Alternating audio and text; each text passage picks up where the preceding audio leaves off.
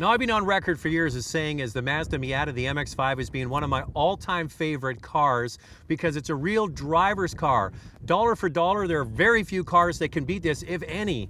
And I know some of you are saying, come on, Zach, it's a chick car. It's always been a chick car. But the reality is 70% of the people that buy this car, they're dudes.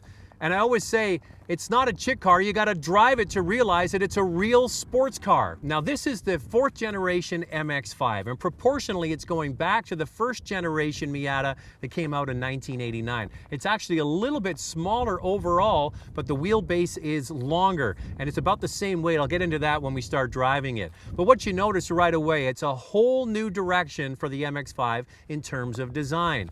Now, when the designers were talking to me today, they were saying the first 3 generations were kind of an evolution of the same theme, basically using those old English roadsters as a template and making a Japanese iteration of that classic design. But the buyers continue to get older year after year, so they're really having to come up with something a little bit more dynamic to appeal to the Gen X and the Gen Y crowd.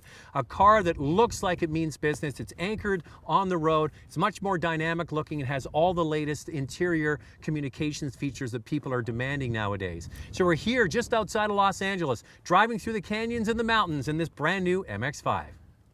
All right, the first thing I want to show you on the inside of this car is just how beautifully simple the roof is. It's spring-loaded. Basically, with 1 or 2 fingers, you can push that forward and latch it. Now, that's a beautiful thing. And you'll also notice that there's quite a bit of headroom here. They lowered the seat by 2 centimeters in the front,